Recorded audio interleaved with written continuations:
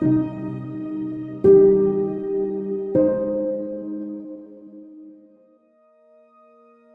grew up in a very small but very Catholic town in Kansas. There were probably almost 100% Catholics in my town. And so the idea of a vocation was always there, but I think I owe my vocation in large part to one of my grandmothers who was always encouraging me to consider the priesthood. The biggest obstacle, I think, in my life was myself, in the sense that I resisted the whole idea of a vocation to the priesthood. Initially, by the fourth grade, I had my future wife picked out, and so that seemed kind of incompatible. But then things changed when I was in the seventh grade, and two Capuchins came to our Catholic elementary school to talk to us about joining their summer camp. One of those friars was a priest, and one of those friars was a brother. I just found them to be very funny, very human, and that really got me to thinking that there's a different model to the priesthood and religious life than what I was always presented.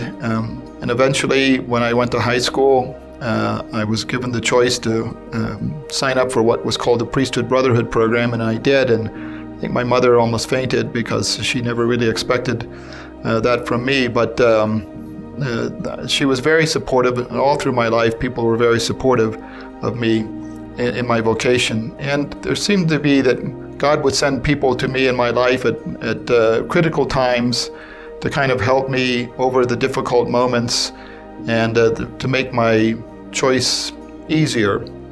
So I went through the high school program, and I went to the college seminary, and gradually I grew into loving this life and never really regretted becoming a Capuchin.